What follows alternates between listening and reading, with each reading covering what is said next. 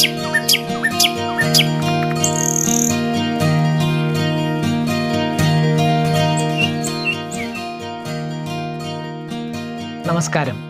ഈ വീഡിയോയുടെ തലവാചകം വായിച്ചു നോക്കിയപ്പോൾ ചിലർക്കെങ്കിലും തോന്നിയിട്ടുണ്ടാകും ഇതൊക്കെ ഇപ്പോൾ ഇത്ര പറയാനുണ്ടോ എന്ന്. പക്ഷേ നമ്മുടെ ശരീരം എന്ന് പറയുന്നത് വളരെ പരിപാവനവും പരിശുദ്ധവുമാണ്. അതുകൊണ്ട് തന്നെ ശരീരത്തിനകത്തേക്ക് കൊടുക്കുന്ന ഓരോ സംഗതിയും വളരെ ശ്രദ്ധയോടുകൂടി, വളരെ കരുതൽ, വളരെ ഒരു ജാഗ്രത നാം പാലിക്കേണ്ടതുണ്ട്. അത് പഴങ്ങളാണെങ്കിൽ പോലും. അപ്പോൾ നമുക്ക് നോക്കാം എന്തെല്ലാം കാര്യങ്ങളാണ് പഴങ്ങൾ കഴിക്കുമ്പോൾ, പഴങ്ങൾ തിരഞ്ഞെടുക്കുമ്പോൾ നാം ശ്രദ്ധിക്കേണ്ടതെന്ന്. അതിനു മുന്നേ പഴങ്ങൾ കൊണ്ട് നമ്മുടെ ശരീരത്തിനുണ്ടാകുന്ന, നമ്മുടെ മനസ്സിനുണ്ടാകുന്ന പ്രധാനപ്പെട്ട നേട്ടങ്ങൾ, ഗുണങ്ങൾ എന്തൊക്കെയാണെന്ന് നമുക്ക് നോക്കാം. ഇതിന് തൊട്ട് മുന്നേയുള്ളൊരു വീഡിയോയിൽ പഴങ്ങൾ കൊണ്ടുള്ള പ്രധാനപ്പെട്ട ഒരു ഗുണം ഞാൻ ചർച്ച ചെയ്തിരുന്നു. അതിലേറ്റവും പ്രധാനപ്പെട്ടതാണ് പഴങ്ങൾ രോഗശമനത്തിന് സഹായിക്കുന്നു എന്നുള്ളത്. പഴങ്ങളിൽ അടങ്ങിയിട്ടുള്ള എൻസൈമുകളും ആൻറ്റി ഓക്സിഡൻറ്റുകളും രോഗശമനത്തിന്, ക്യാൻസർ പോലുള്ള രോഗങ്ങൾ പോലെ ശമിപ്പിക്കാൻ ഏറ്റവും നല്ല മാർഗമാണ് എന്ന് തെളിയിച്ചു കഴിഞ്ഞതാണ്. അപ്പോൾ നമ്മൾ പഴങ്ങൾ കൊണ്ടുള്ള മറ്റു നേട്ടങ്ങൾ എന്തൊക്കെയാണെന്ന് നമുക്കൊന്ന് നോക്കാം. പഴങ്ങളിൽ അടങ്ങിയിട്ടുള്ള ജീവകങ്ങളും മൂലകങ്ങളും നമ്മുടെ ശരീരത്തിൻ്റെ ആന്തരികാവയവങ്ങളുടെ പ്രവർത്തനങ്ങൾക്ക്, ശരീരത്തിൻ്റെ വളർച്ചയ്ക്ക് ഒക്കെ ഒട്ടനവധി മൂലകങ്ങൾ, അതേപോലെ തന്നെ ജീവകങ്ങൾ ആവശ്യമാണെന്ന് നമുക്കറിയാം. ഓക്സിജൻ, അതേപോലെ തന്നെ കാൽസ്യം, സോഡിയം, പൊട്ടാസ്യം, ഇരുമ്പ്, മഗ്നീഷ്യം, ഇങ്ങനെ 20ഓളം മൂലകങ്ങൾ ശരീരത്തിൻ്റെ ഉപാപചയ പ്രവർത്തനങ്ങൾക്ക് ആവശ്യമായിട്ടുണ്ട്. അതോടൊപ്പം തന്നെ ജീവകങ്ങൾ, വിറ്റാമിനുകൾ. അപ്പോൾ വേവിച്ച് കഴിഞ്ഞാൽ ഇതെല്ലാം നഷ്ടപ്പെട്ട് അതിൻ്റെ ജീവാണുക്കൾ മുഴുവൻ നശിച്ച് അത് മൃതാഹാരമായി മാറുന്നു. അതിലെ ജീവകങ്ങളും ധാതുക്കളും ലവണങ്ങളും ജലാംശം വരെ നഷ്ടപ്പെട്ട് അത് വെറും ചണ്ടിയായി മാറിയിട്ടാണ് നാം ശരീരത്തിനകത്തേക്ക് ഇടുന്നത്. പഴങ്ങൾ നാം വേവിക്കാതെ കഴിക്കുന്നു എന്നുള്ളത് തന്നെയാണ് ഇതിൻ്റെ ഏറ്റവും വലിയ ഗുണം. പഴങ്ങളിൽ അടങ്ങിയിട്ടുള്ള ഫൈബർ കണ്ടൻറ്റുകൾ, നാരുകൾ, അത് ദഹന പ്രക്രിയയെ എളുപ്പമാക്കി നമ്മുടെ മലബന്ധത്തെ ഇല്ലാതാക്കാൻ സഹായിക്കുന്നു. അതേപോലെ തന്നെ പഴങ്ങളിൽ അടങ്ങിയിട്ടുള്ള ഫൈറ്റോന്യൂട്രിയൻസ്, അതേപോലെ തന്നെ ആൻറ്റി ഓക്സിഡൻറ്റുകൾ, ഇതൊക്കെ രോഗശമനത്തിന് ഉള്ള ആക്കം വർദ്ധിപ്പിക്കുന്നു.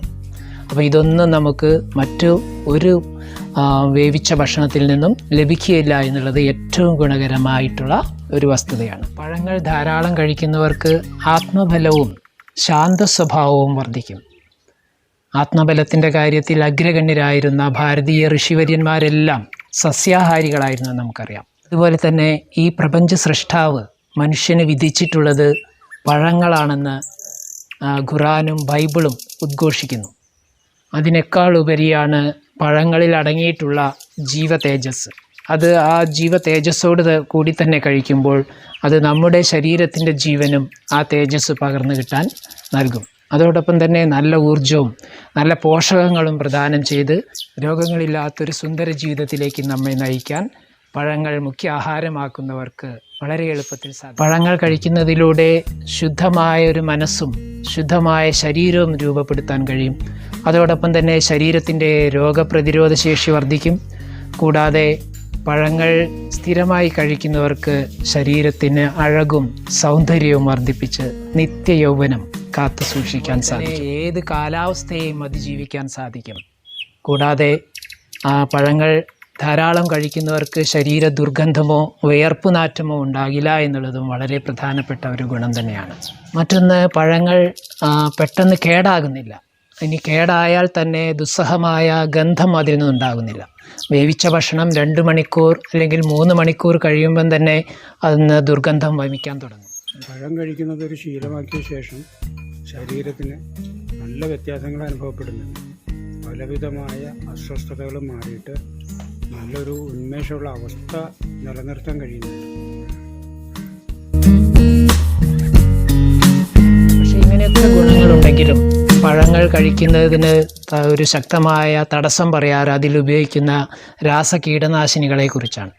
അതുകൊണ്ട് കഴിയുന്നതും നമ്മൾ പ്രാദേശികമായിട്ട് നമുക്ക് വീട്ടുപരിസരത്ത് നിന്ന് കിട്ടുന്ന പഴങ്ങൾ തിരഞ്ഞെടുക്കണം.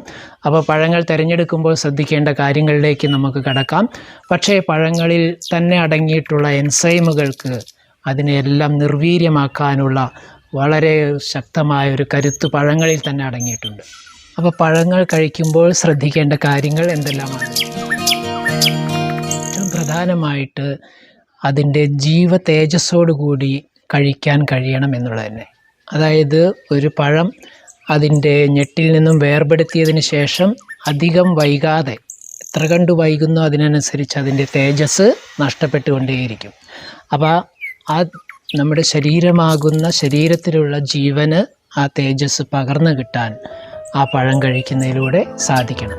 അതുകൊണ്ട് വളരെ പറിച്ചു വെച്ചതിന് ശേഷം വളരെ പഴക്കമുള്ള പഴങ്ങൾ തിരഞ്ഞെടുക്കാതിരിക്കാൻ പ്രത്യേകം ശ്രദ്ധിക്കണം. മറ്റൊന്ന്, പ്രാദേശികമായി കിട്ടുന്ന പഴങ്ങൾ, അതോടൊപ്പം തന്നെ ഓരോ സീസണിലുള്ള പഴങ്ങൾ, അതായത് നമ്മുടെ പരിസരത്തുള്ള പഴങ്ങൾക്ക് പ്രാധാന്യം കൊടുക്കുക. അതോടൊപ്പം തന്നെ ഓരോ കാലത്തിലുള്ള പഴങ്ങൾ, ചക്ക വിളയുന്ന സമയത്ത് ചക്കപ്പഴം കൂടുതൽ കഴിക്കാം, മാങ്ങ ഉണ്ടാകുന്ന സമയത്ത് മാമ്പഴത്തിന് പ്രാധാന്യം കൊടുക്കുക. അപ്പോൾ അങ്ങനെ ഓരോ സമയത്തും ഉണ്ടാകുന്ന, അത് പ്രകൃതി നമുക്ക് നൽകിയിട്ടുള്ളതാണ്. അപ്പോൾ അതാത് സമയങ്ങളിൽ അതിന് പ്രാധാന്യം കൊടുത്തുകൊണ്ട് പഴങ്ങൾ തിരഞ്ഞെടുക്കണം.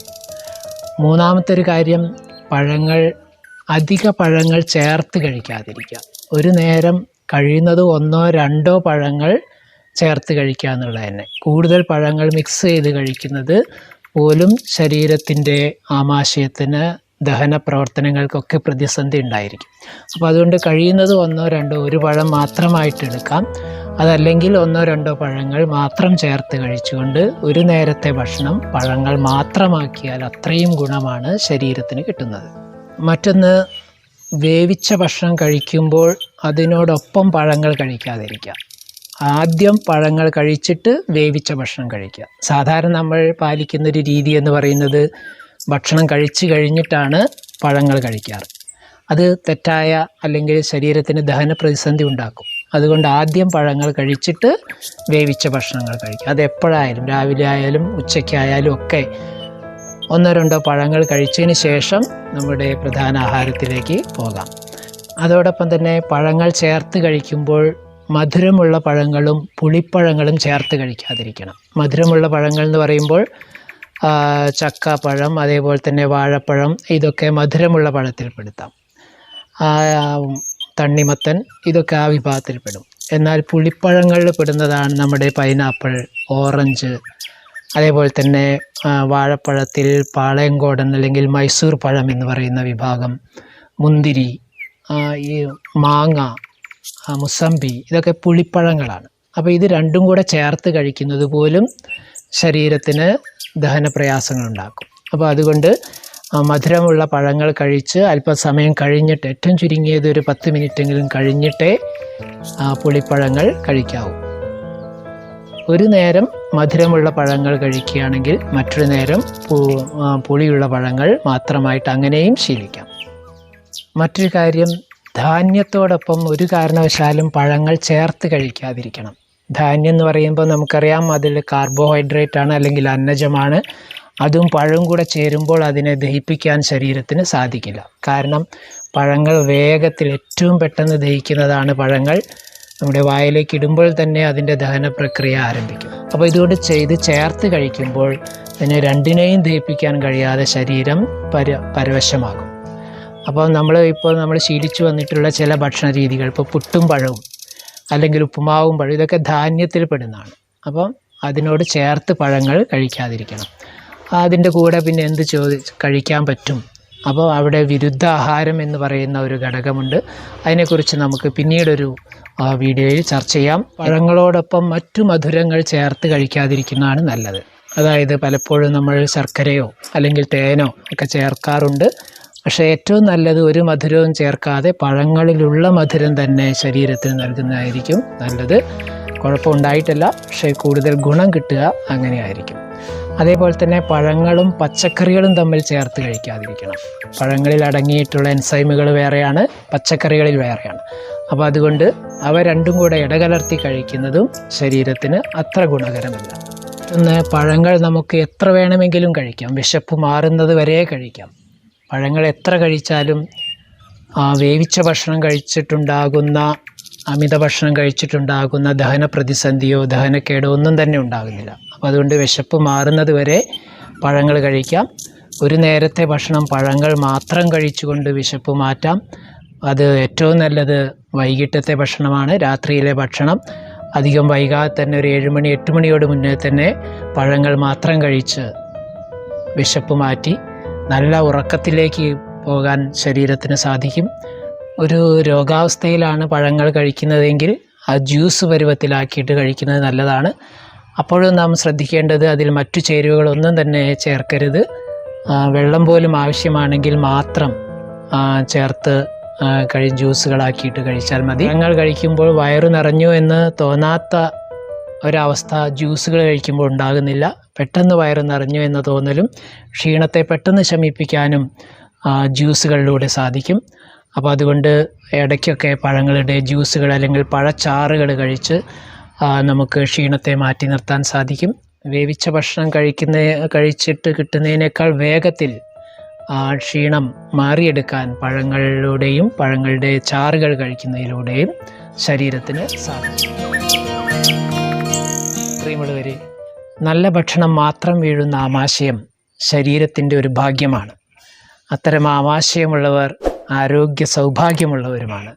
അങ്ങനെ നാം ഓരോരുത്തരും ആരോഗ്യ സൗഭാഗ്യമുണ്ടായി രോഗങ്ങളില്ലാത്തൊരു സുന്ദര ജീവിതം എല്ലാവർക്കും സാധ്യമാകട്ടെ എന്ന് ആത്മാർത്ഥമായി ആഗ്രഹിച്ചുകൊണ്ട് നന്ദി, നമസ്കാരം.